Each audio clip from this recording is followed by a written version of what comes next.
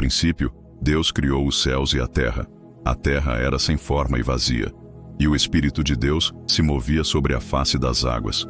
Então Deus disse: haja luz, e houve luz, conforme está escrito em Gênesis capítulo 1, versículo 1 a 3.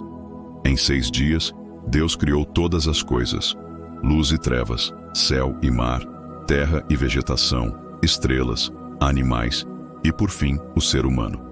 Homem e mulher foram criados à sua imagem e colocados no jardim do Éden para cuidar da criação e viver em comunhão com o Criador, como está descrito em Gênesis capítulo 1, versículo 26 a 30 e capítulo 2, versículos 7 a 25. Mas havia uma ordem: não comer da árvore do conhecimento do bem e do mal. Tentados pela serpente, desobedeceram. Comeram do fruto, e seus olhos se abriram. A desobediência trouxe o pecado, e com ele a separação entre Deus e o homem. A morte entrou no mundo, conforme relata Gênesis capítulo 3. Ainda assim, Deus prometeu que da descendência da mulher viria alguém que esmagaria a cabeça da serpente, como encontramos em Gênesis capítulo 3, versículo 15. A promessa de redenção começou ali. Com o tempo, a maldade se multiplicou. Deus enviou o dilúvio, salvando apenas Noé e sua família, segundo Gênesis capítulo 6 ao capítulo 9. Depois disso, os povos se espalharam, e entre eles, Deus chamou um homem, Abraão. A ele, Deus prometeu uma terra, uma descendência, e que todas as nações seriam abençoadas por meio dele, como registrado em Gênesis capítulo 12, versículos 1 a 3. De Abraão veio Isaque, de Isaque veio Jacó, e de Jacó, os 12 filhos que formaram as tribos de Israel. A família de Jacó foi para o Egito, onde cresceu e se tornou um povo numeroso, mas acabou escravizada. Deus então levantou Moisés para libertar o seu povo. Com sinais poderosos, Deus os tirou do Egito. No deserto, Deus deu a lei, os 10 mandamentos e muitas outras instruções, e fez uma aliança com Israel, conforme relata o livro do Êxodo capítulo 12, a capítulo 20 e capítulo 34. O povo, porém, murmurava, desobedecia e frequentemente se afastava de Deus, como registrado em Números e em Deuteronômio. Depois de 40 anos no deserto, o povo entrou na terra prometida. Josué os liderou na conquista, segundo o livro de Josué. Mas com o passar do tempo, cada um fazia o que era certo aos seus próprios olhos. Como está escrito em Juízes capítulo 17, versículo 6. Deus levantava juízes para livrar o povo de seus inimigos, mas logo voltavam à idolatria. Então Israel pediu um rei.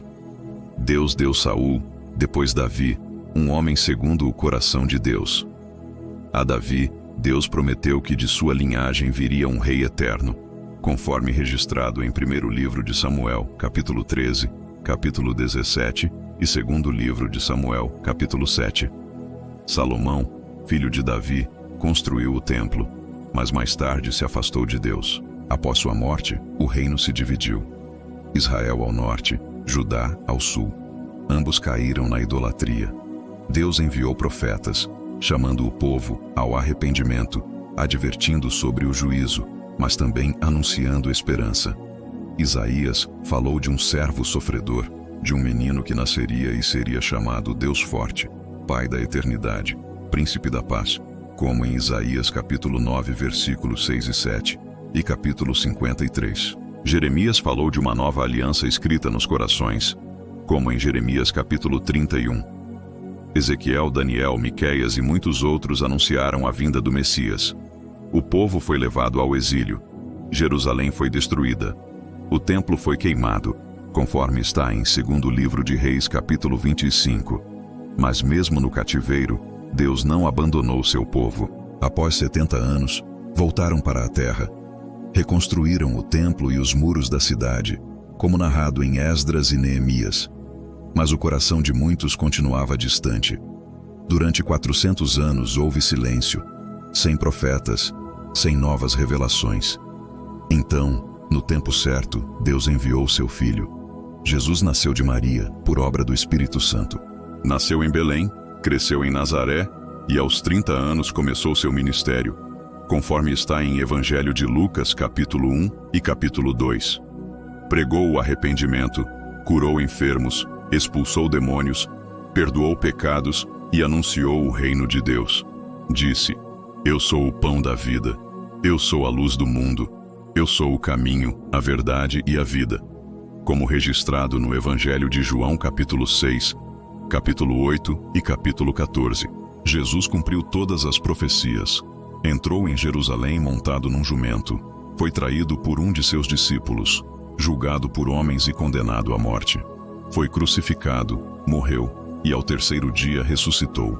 Apareceu a muitos, comeu com eles, ensinou sobre o reino e ascendeu aos céus. Antes de partir disse: Ide por todo o mundo e pregai o evangelho a toda criatura. E prometeu: Estarei convosco até o fim dos tempos, conforme registrado nos evangelhos e em Atos dos Apóstolos. Deus então enviou o Espírito Santo no dia de Pentecostes. Os discípulos foram cheios de poder, falaram em outras línguas e anunciaram com ousadia a ressurreição de Jesus. A igreja nasceu. Milhares se converteram. O evangelho começou a se espalhar, primeiro em Jerusalém, depois na Judéia, Samaria e até os confins da terra, como narrado no livro de Atos. Perseguições vieram, mas a palavra não parou. O apóstolo Paulo, antes perseguidor, tornou-se missionário.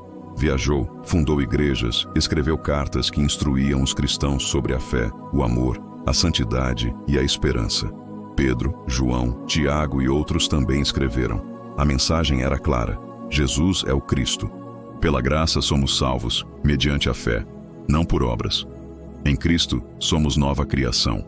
Vivemos em santidade, aguardando a sua volta. E então, Deus revelou a João, na ilha de Patmos, o que está por vir. O livro do Apocalipse mostra Jesus glorificado, os 7 selos, as trombetas, as taças, a grande tribulação, a batalha entre o bem e o mal, e a vitória final do Cordeiro, a besta. O falso profeta e o diabo são derrotados. Os mortos são ressuscitados. O julgamento final acontece. Os que têm seus nomes no livro da vida entram na eternidade com Deus. João viu um novo céu e uma nova terra. A nova Jerusalém desce do céu, e Deus habita com os homens. Não haverá mais morte, nem pranto, nem dor, pois as primeiras coisas passaram. A luz da cidade é o Cordeiro. As nações andarão na sua luz, e o trono de Deus estará no meio do seu povo, como está em Apocalipse capítulo 21 e capítulo 22. E então Jesus diz: Eis que venho sem demora. Bem-aventurado aquele que guarda as palavras desta profecia. E a igreja responde: Ora vem, Senhor Jesus, encerrando assim a grande narrativa da Bíblia. Essa é a história da Bíblia. Uma história que começa com a criação, passa pela queda, revela a promessa, cumpre a redenção e aponta para a glória eterna. Uma história que não é apenas antiga, é viva, presente e futura.